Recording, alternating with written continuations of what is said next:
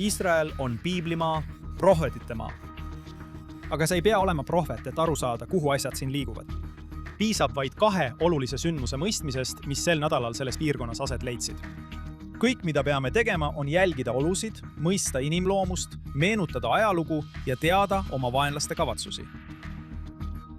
Muide, oma kavatsustest räägivad nad väga avalikult. Ja siis, padabing-padaboom, suudame me siin toimuvat ette näha sama hästi kui vanad ipso facto prohvetid.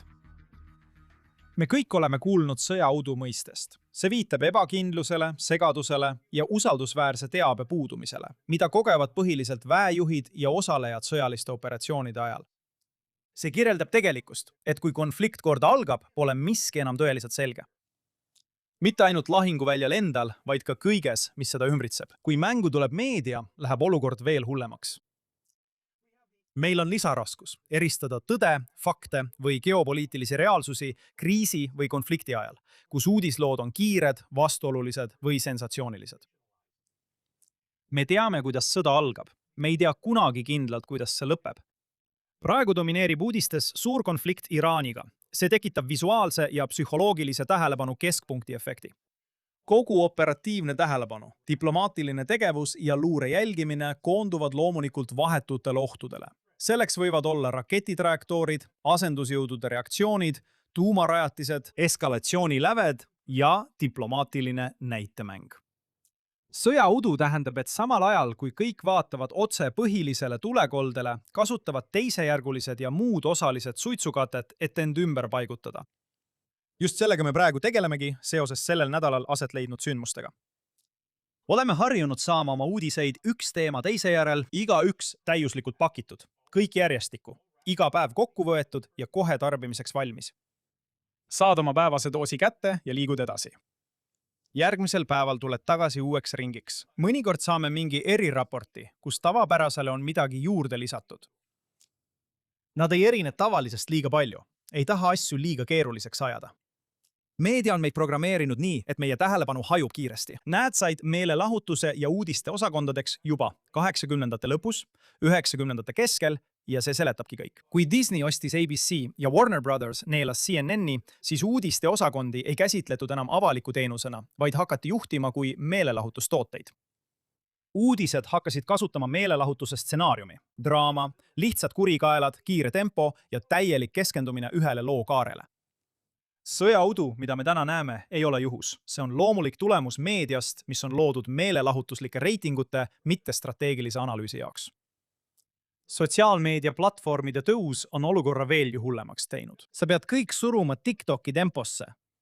Nad peavad jääma selle juurde, mis on trendikas ja kaasahaarav. Tee asjad lihtsamaks, viies need korduva skandeeringu ja kaasahaarava loosungi tasemele, lihtsustades keerulisi teemasid ning eelistades esitust tegelikule teadmisele ja arusaamisele. Elu ei toimi nii.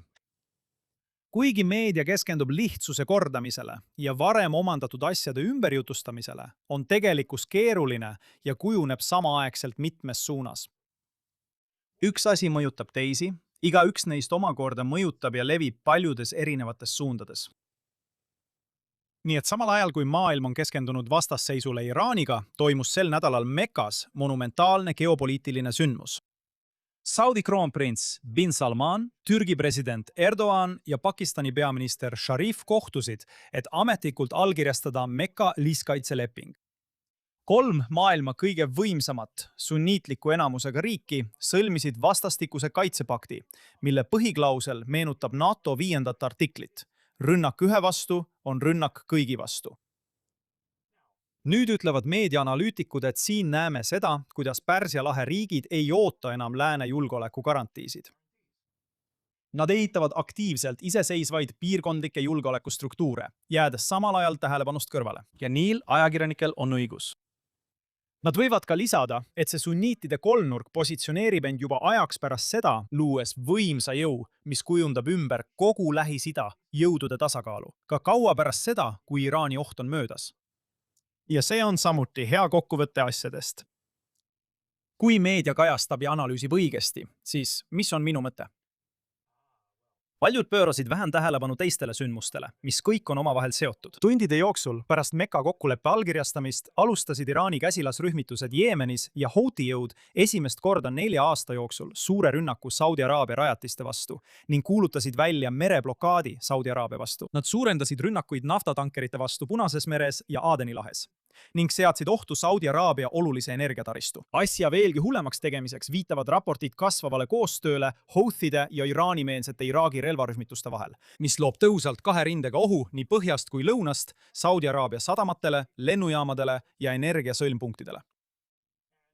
Ja kus, te küsite, olid uued Mekka pakti partnerid, Türgi ja Pakistan, samal ajal kui kõik see toimus Saudi Araabia ja Houthide vahel? Keskendudes kellele muule kui juutidele. Erdogan jätkab oma tavapärast Iisraeli vastast retoorikat, seal pole midagi uut. Aga nüüd on meil Pakistani kaitseminister Khawaja Asif, Kawabanga Asif, kes on varem nimetanud Iisraeli vähkkasvajaks, kurjaks ja needuseks inimkonnale, kutsudes kogu moslemi maailma üles ühinema Iisraeli riigi vastu. Nad alles allkirjastasid selle pakti ja ta juba seab kahtluse alla Iisraeli riigi legitiimsuse, seades kahtluse alla selle rahvusliku ehtsuse, nimetades seda võltsprojektiks, mis toetub Briti kolonialismile ja Balfouri deklaratsioonile. Kuigi, täpselt nagu palestiinlaste või jordanlaste puhul, loodi ka Pakistan suures osas tänu Briti sekkumisele. Ütle meile, mida nad tahavad, mida nad tõesti tahavad. Nad tõesti tahavad sioniste rünnata. Ja kõige tipuks. Iisraelis saime sel nädalal teada, et üks Araabia riik üritas meid petta. Vau, üllatus! Lekkinud luurearuande kohaselt andis üks piirkonna Araabia riik hiljuti väga konkreetseid nõuandeid teisele Araabia riigile selles piirkonnas. Nad ütlesid neile: laske käia. Näidake taktikalist paindlikkust, kirjutage alla rahuleping Iisraeliga ja siis, kohe kui olete sõjaliselt valmis, rikkuge see ja alustage rünnakut Iisraeli vastu. See on pärit riigist, mis väidetavalt on Iisraeliga rahus, andes nõu teisele riigile, kellelt praegu oodatakse rahulepingu sõlmimist Iisraeliga. Sinu oletus, kes need riigid on sama hea kui minu oma. Nad ütlesid Araabia riik, mitte moslemiriik, nii et me teame, et see ei ole Prantsusmaa ega Hispaania. Ja Iirimaa pole viimasel ajal Iisraelile rahualgatusi teinud, nii et nemad ka ei ole. Igatahes võitlus Iisraeli vastu ei tulene 2 riigi lahenduse poole püüdlemisest ega palestiinlaste olukorra parandamisest, vaid pigem juba sellest, et Iisrael üldse eksisteerib. Sellele lisanduvad rahumeelse lahenduse etendused Liibanonis ja Gazas. Ja praegu taandubki kõik sellele.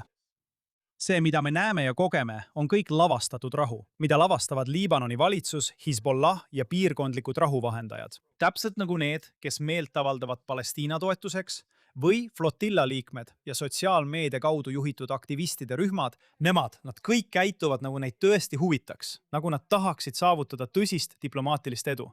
Tegelikult aga tulevad nad kõik kurjade jõudude kapriisidele vastu vabanduste ja õigustuste ja järeleandlikkusega, selle asemel, et seada nõudmisi, tingimusi ja ultimaatumeid. Nad hoolivad rohkem sellest, kuidas nad sotsiaalmeedias välja näevad ja millist muljet nad oma postitustega jätta saavad, kui tegelikest saavutustest. Ja siin on ka rahaline aspekt. Kõik need riigid loodavad esinemisest kasu lõigata, täpselt nagu inimesed teenivad raha Palestiina toetuse pealt enda huvides. See pole ainult foruuslikkuse näitamine, vaid ka rahaline kasu tegevuse eest tasu saamise näol. Nagu palestiinlased maksavad nimekirja eest, aktivistid teevad sama. Nad maksavad sotsiaalmeedia nimekirja eest.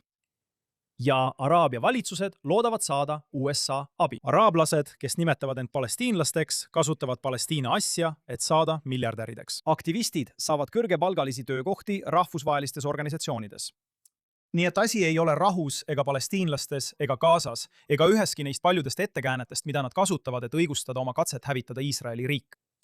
Möödunud nädalavahetusel oli 1929. aasta Hebroni veresauna aastapäev. Hebron, meie esiisade ja emade linn. Abraham ja Saara, Iisak ja Rebekka, Jaakob ja Lea.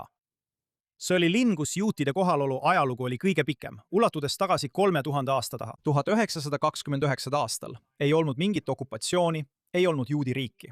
Neil polnud kunagi vaja ettekäänet. Neil oli vaja vaid näidata üleolekut, hävitada sealne juudi kogukond ja muuta see varemeteks. Ja 1929 aastal ei olnud Hebroni juutidel kedagi, kes neid kaitseks.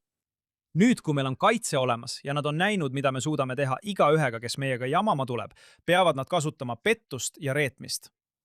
Pettus, reetmine ja valvelolek ei ole ainult tänapäevased probleemid. Jällegi näeme, et piibel annab tunnistust sellest, kuidas inimesed käituvad. Midagi uut ei ole, ainult tegutsejad muutuvad. Mis on olnud, tuleb taas, mis on tehtud, tehakse jälle. Inimeste teod, võitlused, saavutused korduvad põlvest põlve pidevalt. Meil on korduvad tsüklid, mitte lineaarne areng. Luureinfo lekkimine taktikalise paindlikkuse ja rahulepingu sõlmimise kohta, et valsust vähendada, millest ma just rääkisin. See kõik on juba varem juhtunud. Joosua 9. peatükis teadsid gibeonlased, et nad ei suuda Joosua juhitud iisraellaste väge võita. Kartes Iisraeli vallutust, saatsid nad saadikud, kellel olid kulunud riided ja käes hallitanud leib, et petta Joosuat uskuma, nagu oleksid nad kaugest maast ja otsiksid rahulepingut. Iisrael sõlmis lepingu ilma Jumalalt nõu küsimata või nende kavatsusi uurimata, ainult selleks, et 3 päeva hiljem avastada, et gibeonlased olid nende vahetud naabrid, kes olid kasutanud diplomaatiaid ellujäämise ja petmise relvana. Siis on veel lugu Nehemia raamatus, mis leidis aset 950 aastat hiljem. Kui Nehemia ehitas Jeruusalemma kaitserajatisi, ei rünnanud tema vaenlased lihtsalt. Nad püüdsid läbi rääkida. 5 korda kutsusid nad teda ONU tasandikule diplomaatilistele läbirääkimistele. Nad tahtsid tekitada segadust, tõmmata tema tähelepanu kõrvale ja töö peatada. Nehemia teadis, et mitte iga üleskutse dialoogiks pole siiras. Mõnikord on see lihtsalt müra, mis on mõeldud sinu pilgu müürilt eemale tõmbamiseks. Kõik see näitab meile, kui oluline on hoida valvsat pilku, et hoiatada ohtude eest, mis müürile lähenevad. Hesekieli 33 peatükis räägib prohvet vahimehest müüril. Vahimees ei pea olema prohvet, ta peab oma silmad lahti hoidma, nägema horisondil lähenevat mõõka ja puhuma sarve. Maailmas, kus meedia uinutab kõiki lihtsustatud lugudega, on meie ülesanne jääda müürile, vaadata läbi udu ja osutada, kus tegelik oht koguneb. Mina olen Daniel Seaman. Aitäh, et liitusite minuga siin saates. Straight Up, JNS TV stuudiosist Jeruusalemmas, Iisraelis. Shabbat shalom ja kohtume taas järgmisel nädalal.